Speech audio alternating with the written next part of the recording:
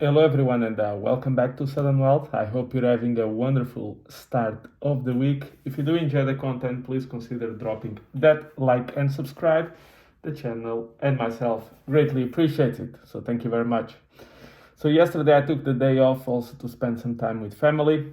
It's very important to all. We discuss a lot about finance, money, economy, all these things, but what really matters is your family and your loved ones. Do never forget that life is nothing more than a short vacations that allows us. So never forget to treasure them, enjoy them, spend time with them, and you will have a fulfilled life, in my personal and humble opinion.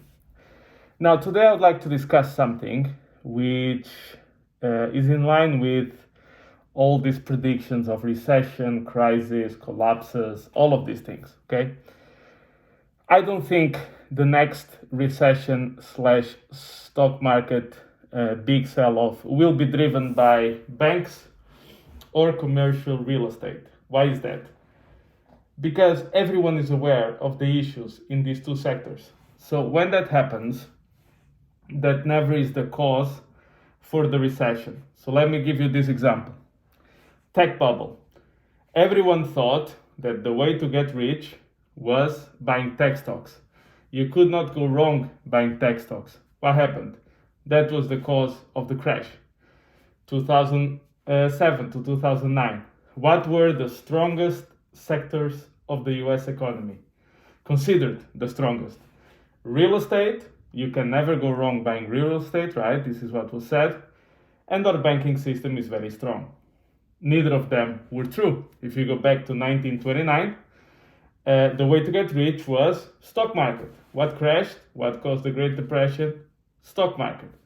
So my point is, when everybody's looking at something and making predictions of recessions on something, then it does not happen. Now, I've been seeing lately more bullish videos than before. I mean, it's still overwhelmingly bearish. So the end of the world is coming, crash this, crash that, recession here, depression 2.0, all of this stuff.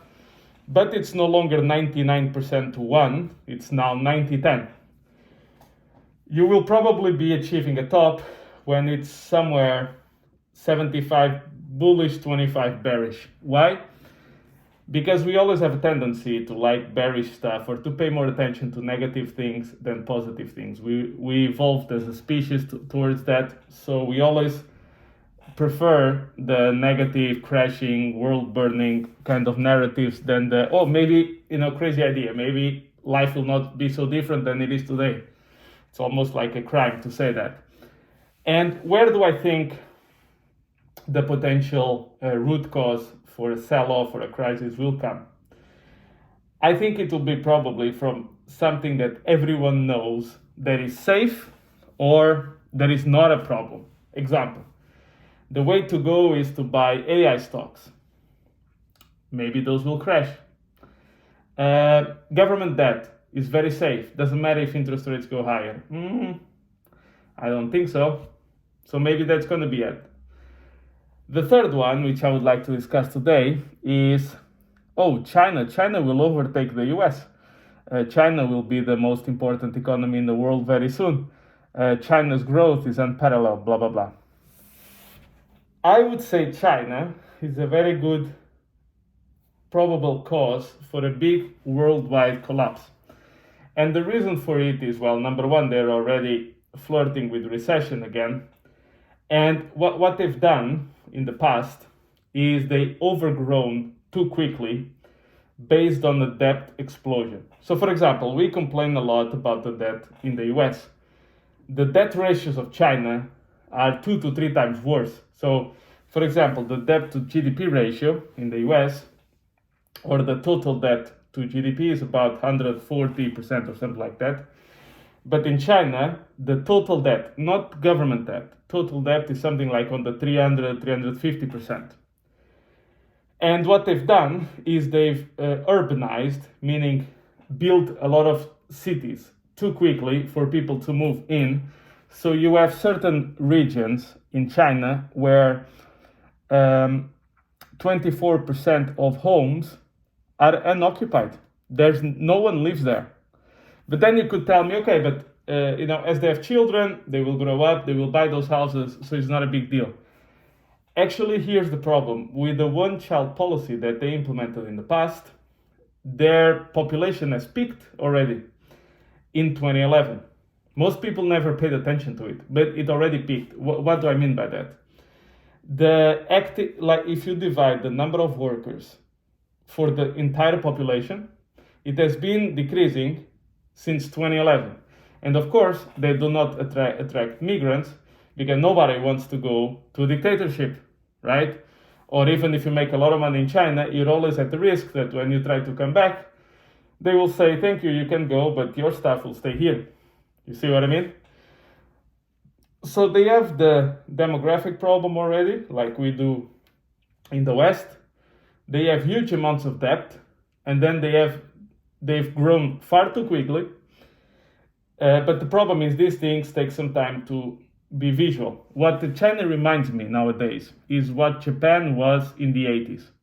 So in the 80s, most people don't know this, but in the 80s, everyone was in agreement that Europe and the US were finished, but Japan and Asia would take over the world. That's it. We had no chance. And then Japan basically collapsed exactly when again, you see what I mean? When everyone was saying that Japan was going to overtake the US, just like they're saying about China, that's when Japan collapsed. So that's my point. When everybody's sure about something, that's where you look for in terms of a potential reason for collapse. And the problem with China is different. So for example, in the US, you can have bad times, recessions, collapses, whatever. You go on election and you elect a different party or a different person or a different Congress people, different senators, you name it. You're not happy, you go, you vote, you elect. In China, no. In China, there's a bargain between the Chinese government and its population, which is you guys have no freedom, but your lives will improve. So that's why they cannot have recessions. That's why every time there's something slowing, they immediately print a lot of money to make it seem that things are better than they are. Because there's no way in a dictatorial regime that you can have bad years, which are normal. Like even in our life, right? Most of the time we are healthy, sometimes we are sick. Many times you're awake, but you also need to sleep. So what I'm trying to say is the business cycle, up and down, it's part of the development of a country. But the problem is when you live under a top-down dictatorship, recessions are not tolerated because the whole regime lives on the belief of power on the government side. Because if people start to suffer from economic crisis, they say, what the hell, at least let's have some freedom and elections, because now we don't have freedom and we do not have economic prosperity. No, then we want freedom, and that is the problem for the Chinese government. That's why they panic so much every time things are slowing down. But in any case, the point of the video was, when everyone is highlighting one or two things as causes for crisis, that does not happen because everyone's aware, everyone's looking at the same thing. When people say, oh, it's certain that China will pass the US, AI stocks, you cannot go wrong, real estate is the way to go, tech stocks in 2000 is the way to go.